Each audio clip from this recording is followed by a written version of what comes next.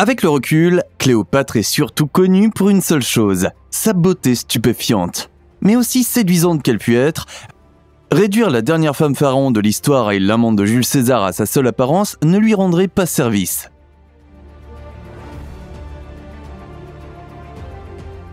Aujourd'hui, nous aimerions remonter la roue du temps de plus de 2000 ans avec vous et nous pencher sur l'un des plus grands mystères de l'Antiquité. Cléopâtre était-elle vraiment la séductrice irrésistible que l'on connaît encore aujourd'hui? Que savons-nous de sa mort mystérieuse? Et pourquoi la découverte de sa tombe bouleverserait-elle toute l'histoire?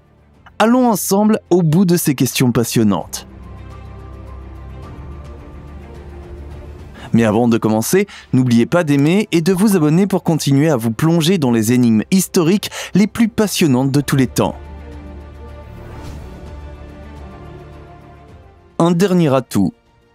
Nous sommes le 10 août 30 avant Jésus-Christ, lorsque Cléopâtre prend un bain et déguste un délicieux repas digne d'une puissante reine. Cependant, la dernière pharaone est déjà confrontée aux éclats de sa vie. L'âge d'or de son règne, au cours duquel Cléopâtre a tenté avec véhémence d'affirmer son empire face à la puissance mondiale romaine, est révolue. Alexandrie a été prise par les Romains. Marc-Antoine, l'amant de Cléopâtre, s'est suicidé et elle-même s'est retrouvée empoisonnée dans un palais. Comme la reine allait bientôt être exhibée à Rome comme un butin de guerre, il ne lui restait qu'une seule issue, mourir.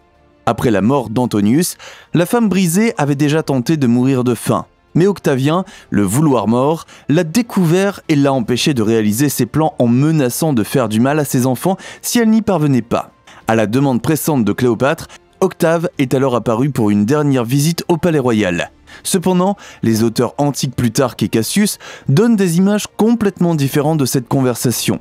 Selon Plutarque, Cléopâtre offrait une image pathétique. En slip et les cheveux ébouriffés, elle semblait être le désespoir personnifié. Lors de la présentation d'une liste prétendument incomplète des trésors de Cléopâtre, elle aurait complètement perdu son sang-froid. Non pas parce qu'elle était réellement attachée à ses biens matériels, mais pour faire croire à Octave que sa volonté de vivre était intacte. Avec succès, Octave mordit à l'hameçon et relâcha la surveillance des prisonniers. Plus rien ne se pose donc au dernier coup de force du dernier pharaon. Une mort mystérieuse. Cela contraste avec le rapport de Cassius. Selon ce dernier, Cléopâtre aurait tenté d'entourer Octavien de son doigt avec son irrésistible art de la séduction, comme l'avaient fait autrefois César et Antoine, et de l'attirer à ses côtés. Mais le vertueux empereur romain a su résister aux avances de la belle. Quoi qu'il en soit, on raconte qu'un paysan s'est finalement présenté au palais avec un panier rempli de figues. Lorsque les gardes se sont assurés que le panier ne contenait que des fruits, Cléopâtre a été autorisée à le recevoir. Après avoir envoyé une autre lettre urgente à Octave, la prisonnière s'est enfermée avec ses serviteurs de confiance, Iras et Charmione, après que tous les trois se soient suicidés. Aujourd'hui encore, on se demande comment Cléopâtre a pu mettre son suicide à exécution.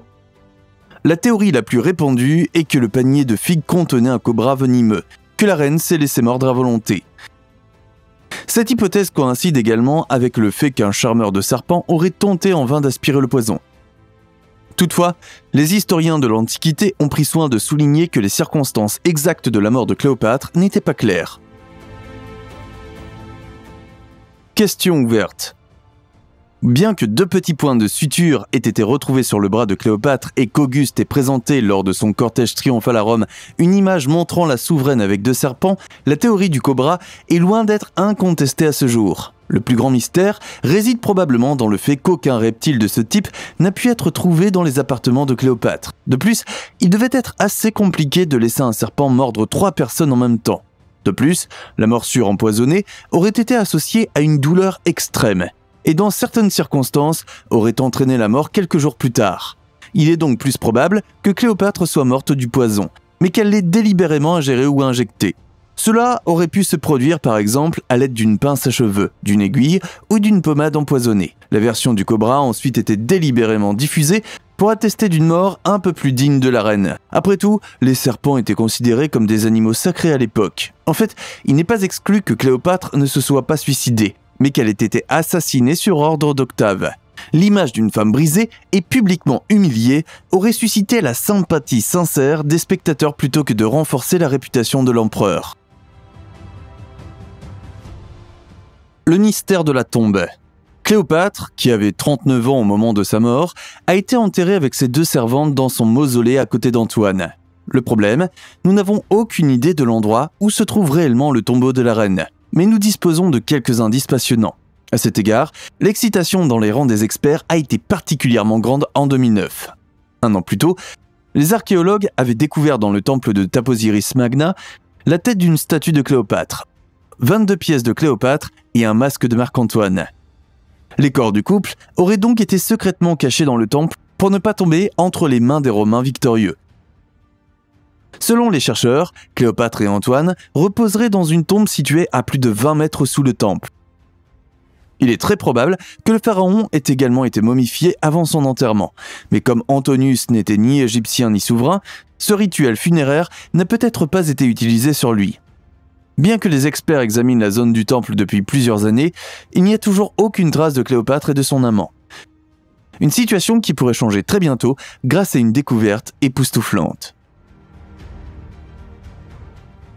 Une nouvelle piste.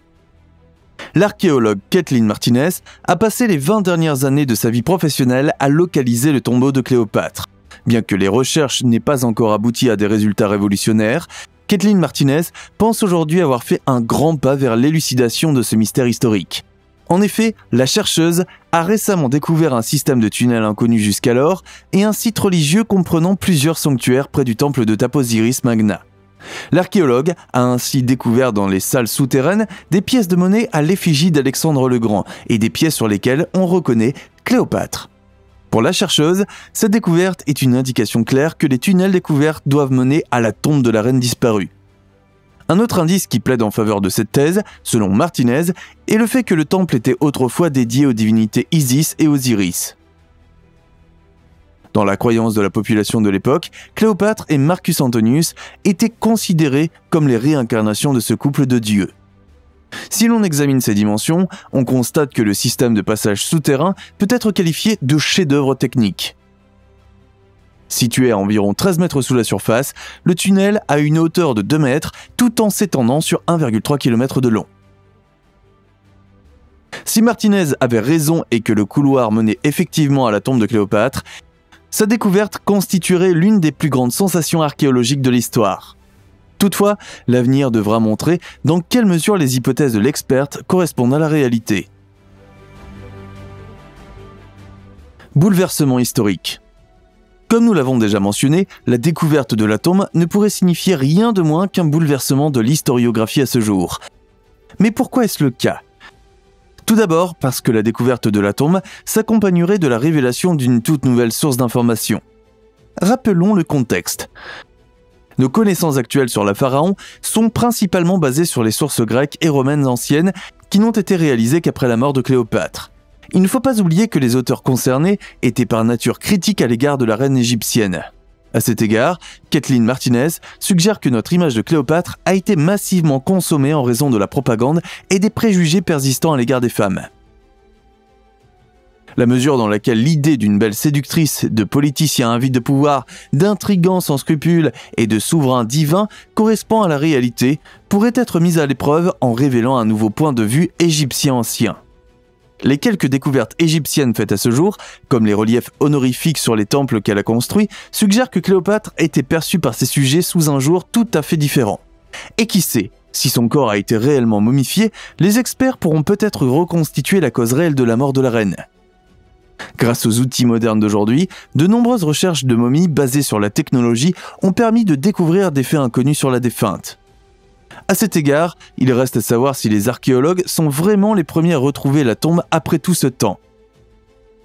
Si le site a déjà fait l'objet d'intrusions et de pillages par des pilleurs de tombes, nous ne pouvons qu'espérer que la fenêtre sur l'un des personnages les plus puissants de l'Antiquité n'a pas été complètement fermée.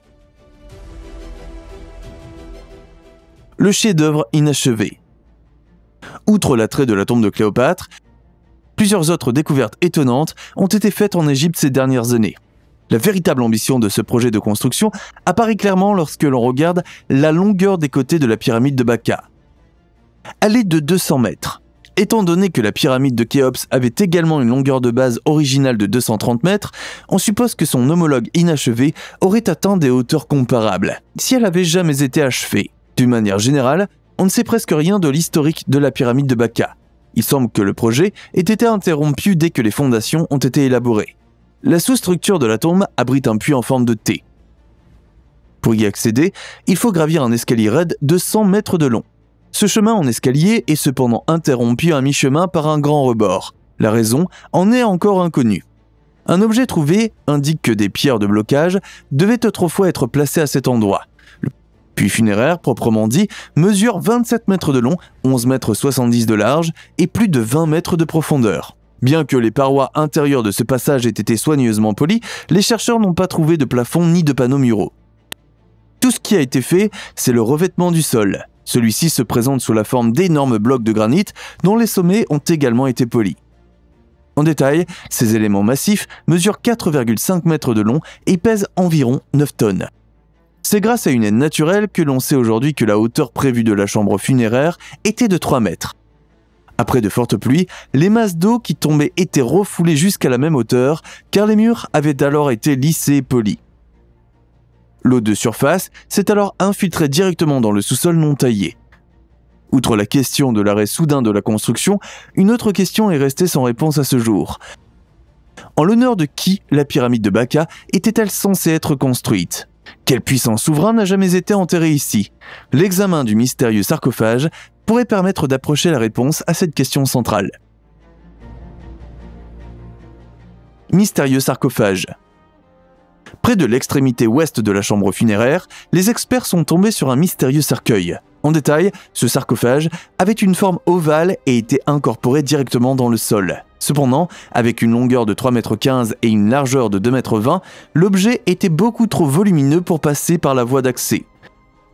On peut donc raisonnablement conclure que le sarcophage a été descendu dans les puits lors de la pose des fondations. Immédiatement à côté de cet énorme cercueil, on a trouvé son couvercle, également de forme ovale, qui s'accordait parfaitement avec le sarcophage. Selon Alessandro Barsanti, la tombe contenait même quelques artefacts indiquant une inhumation. Ce qui est inexplicable, c'est que non seulement il n'y a plus aucune trace des objets en question aujourd'hui, mais qu'en fait, ils ne devraient jamais être examinés en détail. Le chercheur italien a toutefois déclaré avoir trouvé une petite ardoise portant le nom de Radjedev. En fait, il existe très peu de sources fiables sur la vie de ce pharaon. Ce qui est certain, c'est que Radjedev était au pouvoir entre les années 2580 et 2570 avant Jésus-Christ, et qu'il était le fils du pharaon Khéops. C'est également sous le règne de Radjedev que la puissante tombe de son père a été achevée. La raison pour laquelle la tablette découverte portait le nom de ce pharaon est incertaine. Radjedev a en effet construit sa propre pyramide à Abu Roash. En réalité, les scientifiques se disputent encore pour savoir qui devrait être enterré ici. Mais qu'en disent les experts ? Pensez-vous que le tunnel récemment découvert mène réellement à la tombe de Cléopâtre ? Et devrions-nous nous intéresser de plus près à la vie du célèbre pharaon dans une prochaine vidéo ? Comme toujours, faites-nous part de vos réflexions, suggestions et réactions à l'article d'aujourd'hui dans les commentaires ci-dessous. Montrez-nous par un pouce levé et un abonnement que vous avez apprécié notre détour dans le monde mystérieux de l'Antiquité. Et sur ce, merci d'avoir regardé, bonne journée et à la prochaine.